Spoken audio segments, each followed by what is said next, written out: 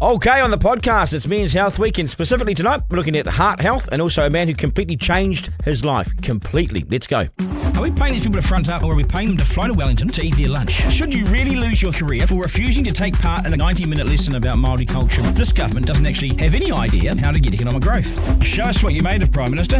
Editor-in-Chief with Duncan Garner. Okay, welcome to the program. You're with the Editor-in-Chief. Good evening, everybody. I'm Duncan Garner. Tonight on the show, we will chat to a guy. He's 52 years of age, and he had a heart attack driving home from a golf course. And he survived. How did he do that? So we'll look at that. And also Kent Johns, the face of Men's Health Week. For 20 years on Radio Sport, the face of Radio Sport. And then he was sacked. And then he changed his life forever. He became a health coach. What is that? I'll tell you shortly. Let's go. It's the Slam Dunk. Okay, it's Men's Health Week, and we need to speak about the truth. It may be uncomfortable to people about this. It may be confronting, and sometimes it's even not seen as acceptable to say this, but New Zealand men get a raw deal when it comes to health. Here's the truth in New Zealand. Research shows that for every dollar spent on women's health, only 6 cents is spent on men's health. For every dollar on a woman, a man gets 6 cents. For every $1, 6 cents goes to men. It's incredible, isn't it? We are shortchanged, and it's not often acceptable to say so. And it's not acceptable to campaign sometimes for a better deal, but this week we can. This means that a significant disparity exists in the allocation of things like resources towards different health issues between men and women. And men are on the back foot from the start. Here's some facts. A boy born today will live nearly 4 years less than a girl born in the room next door in that hospital. He'll be over 20% more likely to die of a heart attack than a girl, and almost 30% more likely to get diabetes. Worse, he's 3 times more likely to die by suicide or in a motor car crash. 8 New Zealand families every day lose a loved partner, a father or relative to a preventable illness, one they didn't need to die from. That's the truth. Māori and Pacifica men live significantly shorter lives on average than other races in New Zealand. So we know all this stuff. And it's wrong. Almost 1 New Zealand man in 4 will die before they reach the retirement age. 1 in 4 of us won't retire. That's my dad. At 62, cancer took him when he had been seen earlier. He might have lived much longer. Successive New Zealand governments have failed to develop a policy or strategy focused on men's health, falling behind countries like this. How's this? New Zealand's behind these countries. Mongolia, Ireland, Australia, Iran, Malaysia, South Africa, Brazil, and the state of Quebec.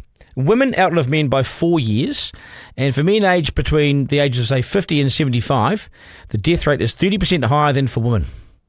It's incredible, isn't it? And we bounce along and sort of accept this all year.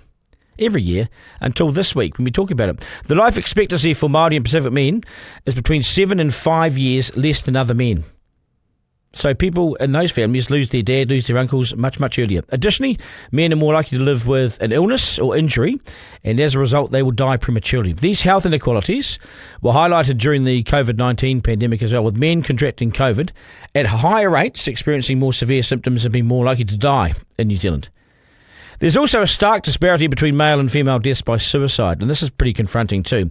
In 2018, 446 men died by suicide, compared to 177 women. It's a pretty incredible number. What stops men going to the doctor? I'm one of those, and I'm bad at it. Many men are reluctant to seek care and support from the health system, arguably because, well, we say it's not structured around our needs. Primary care services are generally only open at times when we're at work. Generally, men only think about their health if an issue prevents them from undertaking something important and practical aspect in their lives, like sport, or playing with their children, or doing their job. So if that affects that, then we might go to the doctor. Consequently, we're unlikely to seek help unless our functional ability is affected. Ultimately, this means that men are seeking help for health problems much later. We all know this, and it results in high levels of potentially preventable health issues, reduced treatment options and greater use of more expensive hospital services. Sadly, men are also at higher risk of being fatally injured through our jobs, not this one, but many jobs that are unlike this. Between 25 and 2014, 955 workers were fatally injured. And guess how many percentage were men? Almost 90%. Unfortunately, the lifestyle choices of men, many of us, well, we smoke, we have poor diets, unsafe alcohol consumption, we drink too much booze, and we have too many other substances. Frequently we have them, and they have negative consequences on our health and well-being. An effective men's health policy is still needed. Yes, there are some one-off programs, and we've seen those things, mates and trades and things like that, but no one overarching policy has been here. ever. While some successful initiatives and programs that target men are currently established in New Zealand, we've seen a few of those, a cohesive, overarching approach to men's health is lacking. Focusing on men's health doesn't have to come at the cost of women's health, but too often, and we see this every year, men's health is forgotten, and we are our own worst enemies at times as well, and we don't help ourselves. Editor-in-Chief with Duncan Garner. Kent Johns is a former broadcaster who's an ambassador for Men's Health Week. A former broadcaster, he completely changed his life and his job, which changed when he didn't really have control of it, you see, because they were sacked. Their radio sport, it was all over on the spot. So he changed his life. Why did he do it? What happened? He joins us now. Kent, g'day and welcome to the program. Duncan, thanks for having me. Where have you? So welcome. What do you do now? Appreciate Where have you that. been? You were face of radio sport, voice of radio sport for 20 years. 20 years I was there. My God. Finished up 5 years ago. Something called COVID hit. You'll probably remember that. Yeah. Don't we all? And our station was taken off air like that. We were all made redundant on the spot. And that was in the early days of Zoom. Most of us didn't know what the hell's this Zoom meeting that I've been called to come to. And we were basically made redundant, not with the chief executive talking to us, but audio-wise only. So we could only listen to the messaging. Oh, my God. So we didn't even see each other. I know how devastating this is. I was on air in the studio next door when we came, gone.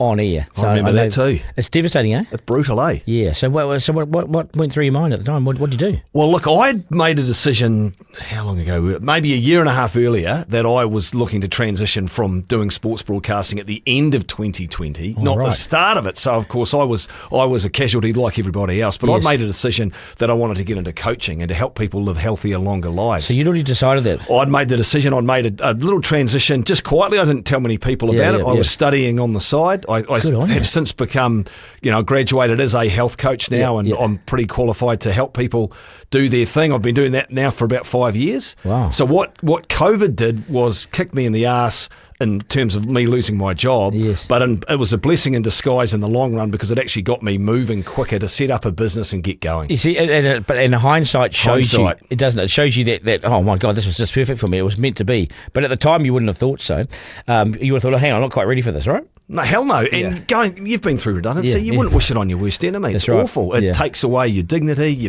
People feel sorry for you, which is right for them to do. So it's powerless, isn't it? You're powerless. You're humbled. People are worrying about your welfare. You check in on each other. We couldn't go to the pub like you guys did. At 9 a.m. or 9:30, whenever it was. We just had to make phone calls and chat it to each other online, of course, because we were in lockdown. So the whole thing was just bizarre. People can spiral out of control on this stuff, eh? And some of them do, and you really hold it together. So you held it together and you became a health coach. What's a health coach? A health coach helps someone get my job would be to help you get the best out of yourself. And what does that look like? It's like one-on-one coaching sort of. Mentorship and accountability, isn't it? Exactly right. And as coaches, we believe, like I would believe if I was coaching Duncan Garner, that Duncan's got the answers. Duncan's capable. Duncan's resourceful. Duncan's intelligent. He doesn't need me telling him what to do. He can actually figure a lot of this stuff out. There might be a disconnect there. Maybe Duncan's gone a little bit wayward. Maybe he's lost touch with his values. Maybe he needs some health knowledge. Maybe a little bit of science. Maybe a little bit about behavioural change and how it works. A bit of brain neurochemistry information. But it's high level. But we all have the power of our own health in our two hands. And what's happened, of course, is we've become dependent on a medical system that is really struggling under the weight of burden of chronic disease. And men, potentially like us, or certainly like me, we're slow to seek help. We're slow to get to the doctor, and when we go there, sometimes it's too late because we should have gone much earlier to the primary, and now we're at the hospital.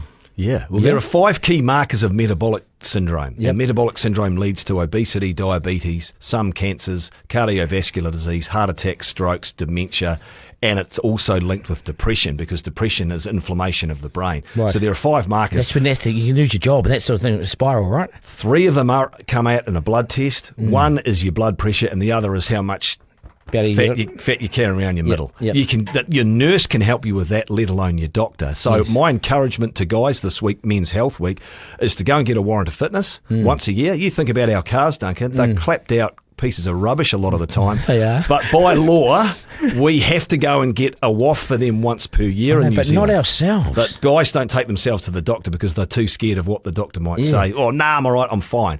And how many women do you know are at home like, Gary, come on, man, I've told you, you've got to go. Why and talk don't to we the go? doctor." What do we fear? I've done a bit of reading on this, and we don't like the doctor because it's a feminine place, or we don't like the waiting room, or we just don't believe we know what's wrong. It's only a cold. We're complacent as hell, aren't we? We are, and there's a stoicism about Kiwi men. Yeah. Stiff upper lip. We love rugby racing and beers. We're tough. There's a machismo around us that serves us well in some environments. It's holding us back in this time.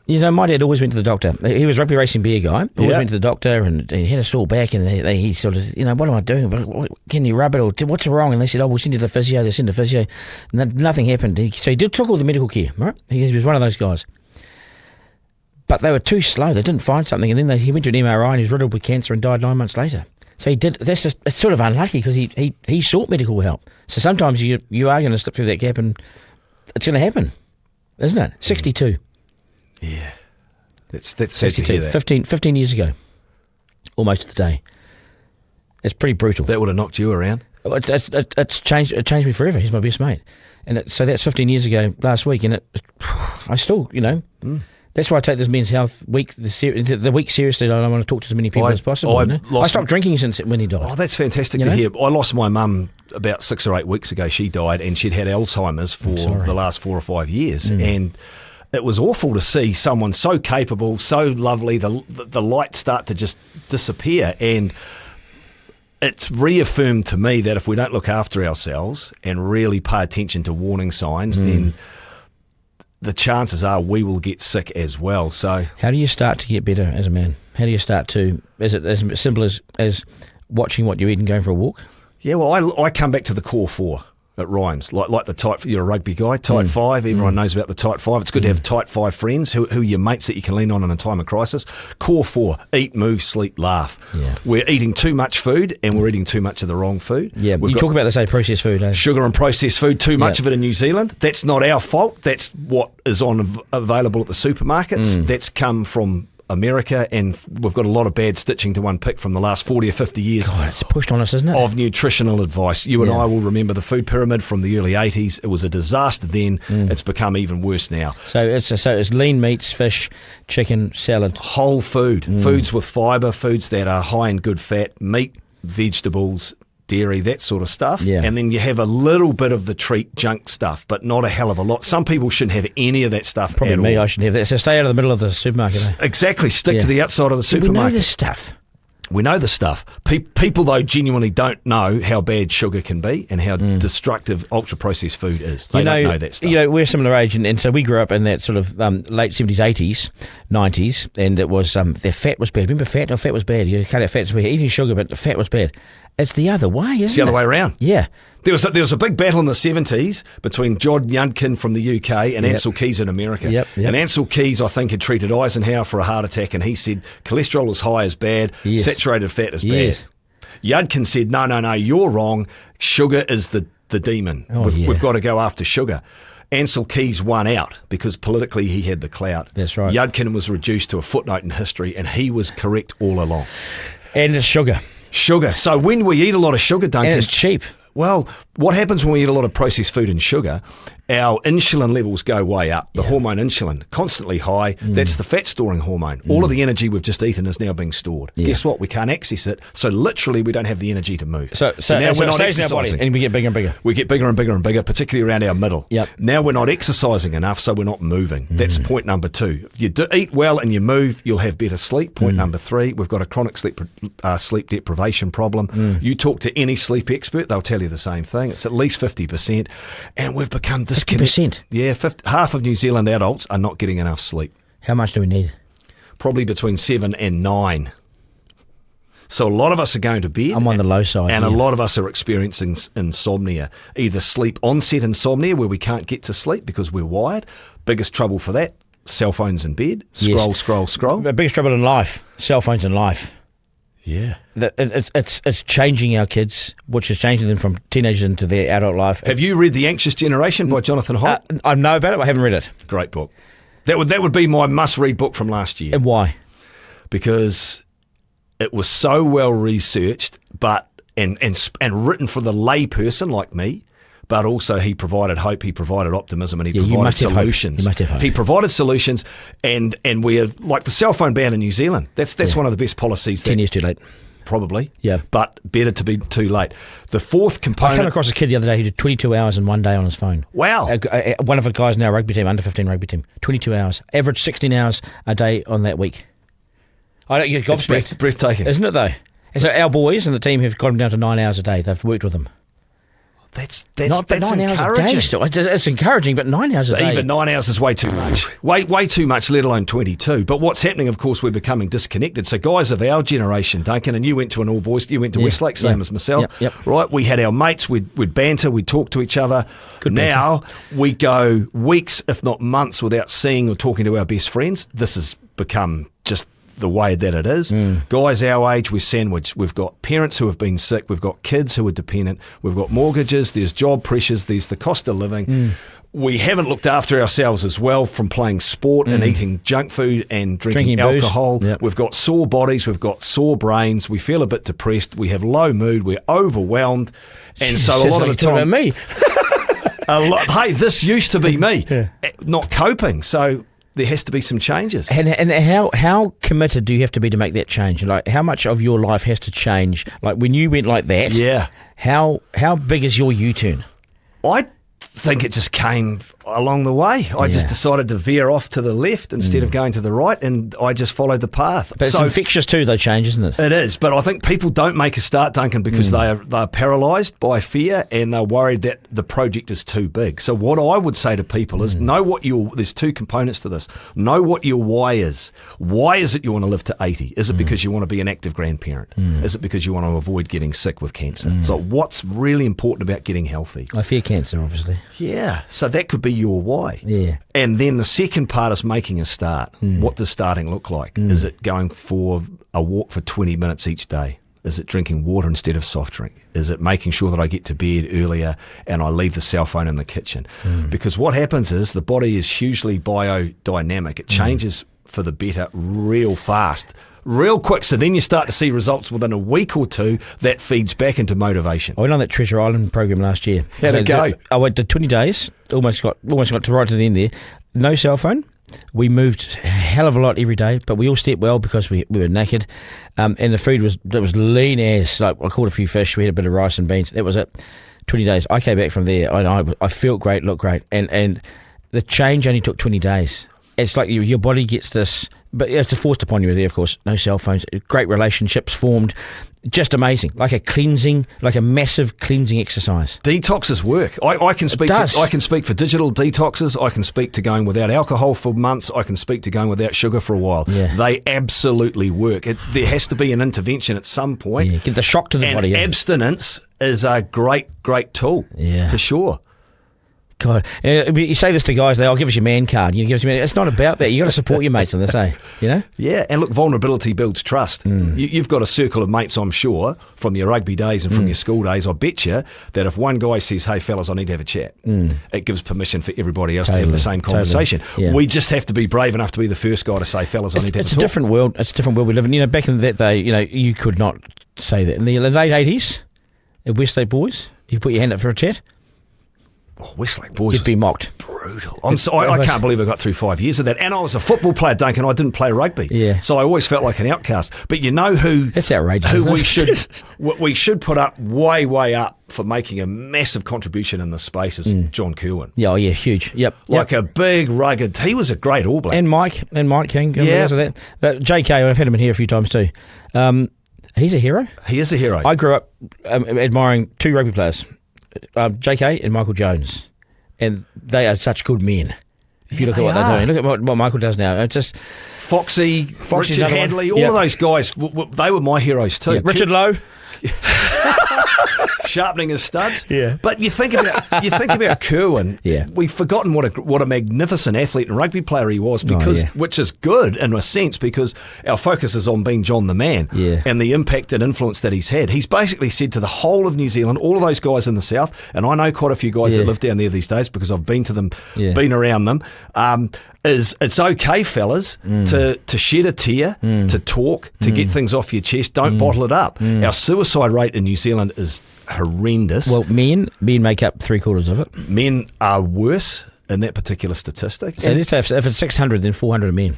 People don't want to die, Duncan. They just want the pain to end. But for the pain to end, it's important that we talk about the stuff and get things off our chest and actually do something about it. JK's made it okay to be vulnerable.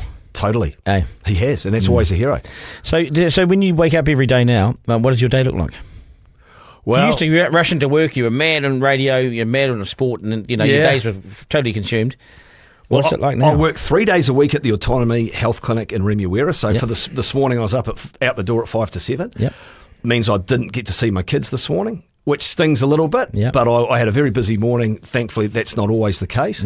But if I was at home, I would get up. I would. So I play tennis on a Thursday morning with my mates. We go and have a coffee afterwards. Look, I realise I'm in the fortunate position of working from home. I get to do a little bit of that. No, but But you have designed this. Yeah. You've designed, and now you control your life. To a point, yeah. Who do you answer to? Yeah, mostly myself. Yeah, well, that's perfect then. I see work pressure, Duncan. I see what work is doing to people. Yeah. At our health clinic, we look at cortisol testing. We look at insulin resistance. We can see what work stress is doing to people. And it is actually slowly killing them. It's killing them, isn't it? Yeah. So working 50, 60 hours, which might be a badge of honour, you'd have to ask yourself, what is the price that I'm paying for working in this environment? We hear about companies trying to do more with less. I was speaking to a friend of mine the other day at the school disco because we were both there volunteering as parents, and I said, what you're talking about within yourself but also within your wider team is classic burnout 101. And she just laughed and said, you're right. People are burnt out all over the show. I was burnt out at age 38. I left the Parliamentary Press Gallery after 17 full-on years. I remember you talking about it. Mate, I was rooted. 38. Would you want to go through that again? No. Paddy Gower, your mate, my mate, he's been through it. PG, we know this stuff. PG wouldn't want to go through that again? With trepidation. I could easily have, when Today FM and that all went under, I could easily have just gone back to Wellington and gone to the press gallery because that's, it's 101 for politics stuff. Someone asked me about that and I could feel myself start to shake. I had to walk for 2 years in the bush in Blockhouse Bay every morning to get over it and then go into work in the afternoons on Radio Live in those days. That's how... It's traumatising. Even now bringing it back up. Even the idea of that. I can see you shaking. Yeah, if someone forced me back into breakfast radio where I'm up at 3:30, 4 o'clock, if someone forced and said this is your only option, I would have the shakes like you just had there. Even mentioning to breakfast just then, I did that for 5 years in the AM show. So we left at home at 2:30 every day. Well, you had to get made up.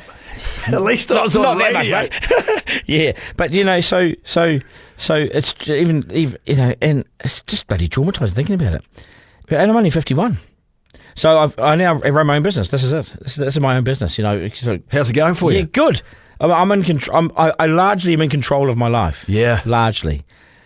This is one thing I do, but it takes up a hell of a lot of time. Yeah, but making concessions to others is okay. Yeah. If largely you feel like you have autonomy over your own health and your own well-being. One of the things I do is every day for the last countless years, I've always made sure I'm available in the afternoons for my son. So I go to school and pick him up, and we go back and practice his rugby. We go to the gym. Yeah, and how many dads out there don't get the chance to do that, mate? If I drop dead today, I can honestly put my hand on my heart and say I threw everything into that kid, and I was always available for him. Yeah, it means a lot, right? Mate, everything. But what would worry me is who's got him now? After school and that sort of thing. Because, when I came back from Treasure Island, I joined the gym with him. So we pumped tin together and, so I don't want him to, he's only 14, almost 15.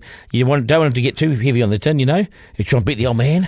It's a bit like that, But you don't want to take these guys on. He's 6'1" and bloody 95 kegs, So you got to watch these guys. But I can throw my life into him. And I have done, and because I've set my life up for that.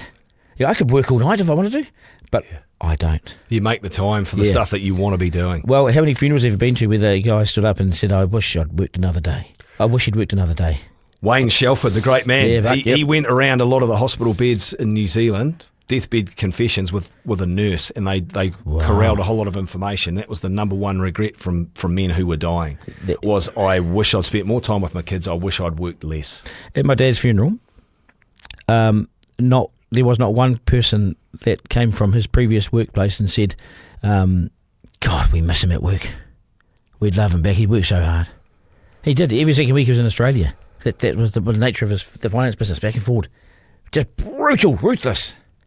Drinking rum, ruthless. Bringing duty-free rum back, drinking it. We didn't know then, did we? No one knew. That's the sugar content, probably. It was the Coke that killed him, I don't know. But men need to take control of their lives. Yeah. Think about the guy that you want to be, and when was the last time you felt great about yourself? I ask this question a lot. It's called a power question. And so often, Duncan, the response is, oh, geez, and they'll look up. And you know it's a good question when people look up. They'll look up and they'll go, 15 years ago. What were you doing 15 years ago? Chances are they were moving. Yeah. They were active. Yeah. They probably didn't have a lot of stress. They may have been single. It was probably before they were parents. Yeah. And things have just drifted off to the point where they go, wow, 15 years down the track, I've had these conversations with myself. How has it come to this? How do I find myself in this position? When did life get so effing hard? And That's true. When? And it's slowly. You don't just wake up and go, oh, life's hard. No. It's incremental. Yeah. Do you miss anything about your old life? I missed the... You looked down, not up then. Interesting. I did. I missed the comradeship for a while, the mateship. Broadcasters are full of fun, loving, creative people. My God, we laugh. It's a joy to go to work. Yeah, it's a joy to go to work. Yeah. I miss that. I miss the comradeship. That's lovely being here with you and talking into a microphone and having some fun on radio and on a podcast. I don't miss that part of it. And I don't miss having to watch 8, 10, 12 games of sport each weekend and then make a comment on it. You can watch it for your pleasure now if you want to. I enjoy the Warriors. Yeah. I'll watch the ABs later this year. I don't have to make notes. How good's that? Did you get sport overload and get sick of it? Yeah. Yeah, I wonder about that. And it's funny when you back away, you go, oh, I'm not obliged to watch that anymore. Yeah. So I go back to the Rugby World Cup final 2 years ago, and I sat there with a coffee and I said to Laura, shit, it's just dawned on me. This is the first Rugby World Cup final since 1995 that I haven't had to work the game. Did you enjoy it? Did you see something different? Well, I sat down ready to enjoy it, and of course the officiating ruined it. It was awful. Yeah, no, it was dreadful. They almost ruined rugby that And day. I started to think, what would I be saying on radio if I was still there? You see, I cracked up laughing. The thing about you is, even though you've changed, you've still got it. Still got it. You can still come back and do it if you had to. Oh no, I've still got that little bug every now and then where I'll think, oh, gee, that would be a good talking point. What would I say about that? Oh, that's a good argument. Oh, I like that. Your missus told me I don't miss doing it. Your missus told me I had you till 2 o'clock and it's almost there. So tell me one bit of advice. If there's one last thing, and you are actually the walking advice. What's the one thing you'd say to men listening to this, looking at this, and they are at that zone where they think they might need to do something? But they can't listen to your advice, and they can't be rooted. It's too hard. It's a big change. It's much easier to do what they're doing. What do you say to them? What is one thing that you can do for yourself today that tomorrow you will thank yourself for? Just one thing. It's a challenge.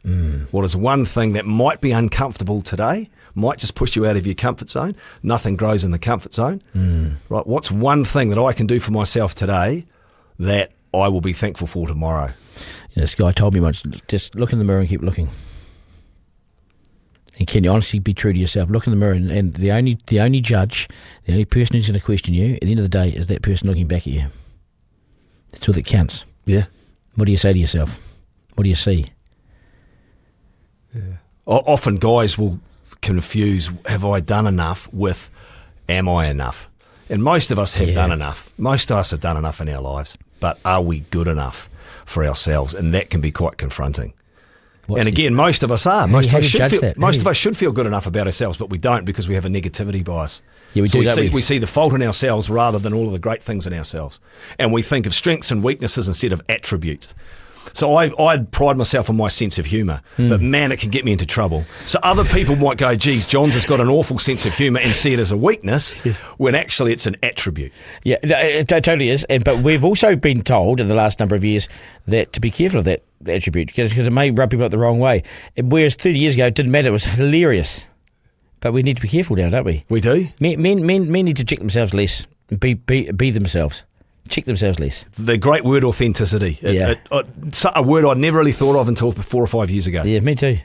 Just be authentic, which is why and be vulnerable. And if I go to a funeral or a wedding and a guy wants to wear shorts and jandals, I don't give a fuck. He should be allowed to. I don't care anymore. He should be allowed to. Yeah. It's good to see you, mate. You too, Duncan. Thanks for having me. Appreciate it. You're very welcome. Editor-in-Chief with Duncan Garner. Yeah, so we're diving into key topics that men don't talk about today. We don't talk about it enough, and that's one of those things is mental health, lifestyle habits, sexual health, all that sort of stuff, and we'll do this throughout the week. We can't offer medical advice, and the views shared today are those of our guests, and if you've got personal health questions, please speak with your doctor or pharmacist. But joining us also today is Tai Matai. He's here to talk about cardiovascular disease and the importance of heart health. Okay, Tai, can you take us back to the moment of your heart attack? What were you feeling, and how did you know something was wrong? What was going on? It was quite strange. I'd actually just finished a round of golf with one of my great buddies that I'd through softball. But then I noticed throughout the game that my body temperature was kind of different. You know, I was kind of real hot. So leaving the golf course, I was driving home, and then all of a sudden my vision started getting quite blurry. I couldn't focus on anything, and I just thought, oh my God, what's going on here? At no time did I think I was having a heart attack, but I just thought, oh, okay, it must be just short of breath or something. So I carried on home, which was about another couple of kilometres away. But when I got home in my driveway, I just started. I couldn't breathe properly. I couldn't take full breaths, and I was thinking, oh my God! And then I started sweating, and then that's when I sort of thought, oh shit, something is really, I'm not quite sure what's happening. Maybe something is wrong here. But yeah, at no time did I think it was a heart attack, because my views of a heart attack are, in the fetal position, So anyway, I was trying to sort of water myself down, cool myself down, because I'm overheating, and luckily my mum was at home, and I asked her, look, can you ring an ambulance? I know something's wrong, but I just don't know what it is. I couldn't breathe. It felt like someone was standing on my chest, and I couldn't quite push them off to take a full breath. So I thought, I went into my son's bedroom just to. I was going to lie down on his bed just to catch my breath, but I couldn't even make it up on the bed. So you lay on the floor. And so then I thought, oh shit, maybe it is something life threatening here, and mate, the only thing I could think about was just hearing my son's voice, And did you? So you're playing golf, so it was hot. Did you drink lots of water? And did you? What about your daily routine? Was there anything different in your daily routine before the event? I'm kind of a physical guy by nature. I'm out. We do a lot of physical stuff. With yourself, table tennis, 3 or 4 times a week. But I'd noticed that it was peculiarly I could feel it was almost like the sun was like stinging. It was stabbing me. And with the sport I play, it's a summer sport, so I'm kind of used to the heat. So I kept asking my mate, is he hot? Does it feel any weird? Is it really, really hot today? And and he kept looking at me strangely, going, God, what are you going on about, you nutcracker? But but then when I look back at it, because going through my mind, I can tell what was happening, like with shortness of breath. I was having shortness of breath, and there was a couple of holes where I struggled even just to get to the green. So all of that, Had you? At no time did I think it was going to be a heart attack. But did you think once you were in that sort of position on the floor of your son's bedroom, did you think, I'm going to die, or is this a heart attack, or what is this? Not at all. I did think, oh, maybe, Jesus. I thought, oh, could this be it? And then from that thought process, I just wanted to hear my son's voice. But lying there, not one bit did I think, oh man, I'm going through a heart attack. 2, oh my God, this is it for me. None of those thoughts at all. Had you discussed risk factors for heart attack? Like with your doctor, like blood pressure, cholesterol, family history, anything? Yeah, look, I have a I have a 2-year annual, like 2-year checkup with the doc, and when you're over 40, and and it's a pretty basic question. They only ask you about like how's your heart. They only take the basic readings. Really, they don't really ask you. I didn't realize until I had this what slight symptoms actually could lead to a heart attack. Just the most basic of symptoms that I think to myself when I was told about those, I was thinking, man, God, I've had all of those in the past, and my mindset's just like, stuff, and I'm powering on. You know what I mean? But they're bulletproof. It's but no. To answer your question, no, I wasn't aware at all of what sort of symptoms can lead to a heart attack. Yeah. Well, what about so after the heart attack? Once you had the heart attack, were you given any advice by your doctors about lifestyle changes? What sort of things you needed to do and what change you need to make? Yep. Once I was finally discharged, because I was in the hospital for about a week. The hospital, it does have follow up in terms of the cardiology team. So I go there once a week for 4 weeks after being discharged, and they monitor. They kind of get you into a rhythm of monitoring your weight in the mornings, and they go through the explanations of, what to look out for, and ways that you could possibly maybe improve your heart condition. But no great detail. That came later on. They give a general overview of stuff and what I should be doing, which is taking my pills. I'm on pills now for the rest of my life, but I wish they had some. Now looking back on it, I wish they had some sort of facility there for your mental side of things, because it's quite a it's quite a thing to cope with, having a heart attack and everything that involves. You were one of the first people that knew. Not many of my friends, I didn't tell anybody because I didn't think, not that I was afraid of it or anything like that, but it's just like, it's not something you kind of lead with, and it's not something that... Yeah. They're two big words, Heart attack, and I freaked out when you had a heart attack. I was like, shivers. Yeah, and it really hasn't, it really hasn't hit home 100% the enormity of what the event was, because I still think to myself, I'm still like, surely, you know what I mean? It's taken it's a big thing to get your head around, man. Yeah. Has there been a turning point in your recovery where you've noticed things have started to improve? So you're obviously beating me in table tennis, and that's continued. But is there a point that you thought, because initially I know you were pretty down, but I reckon you're a lot more up now. Was there a turning point? Was there a turning point in something there? Oh, not so much turning point. I think once an episode like this happens to you, you become aware of the certain, like the little aches and pains that you might go through. You become much more aware of that sort of stuff. And as you know, for the first couple of weeks after discharge, we've been playing a game of table tennis and trying to play like we normally played. I only lasted I could barely last a set, and so that was getting hard to get used to. And but no real specific point where I just thought, okay, I'm back to normal. Beating you every game, well, that was before the heart attack, so that wasn't really a reference point I could go back to. But it was just a matter of, okay, well, I'm hoping that it's incorrect. That you certainly, I'm hoping my heart condition improves. I'm doing the best I can in terms of making that a possibility in terms of my lifestyle. Yeah. Because has there been anything that's that in part of your recovery? Has there been any bits that have surprised or challenged you during this recovery process? Because I reckon you've bounced back really well, which is really encouraging.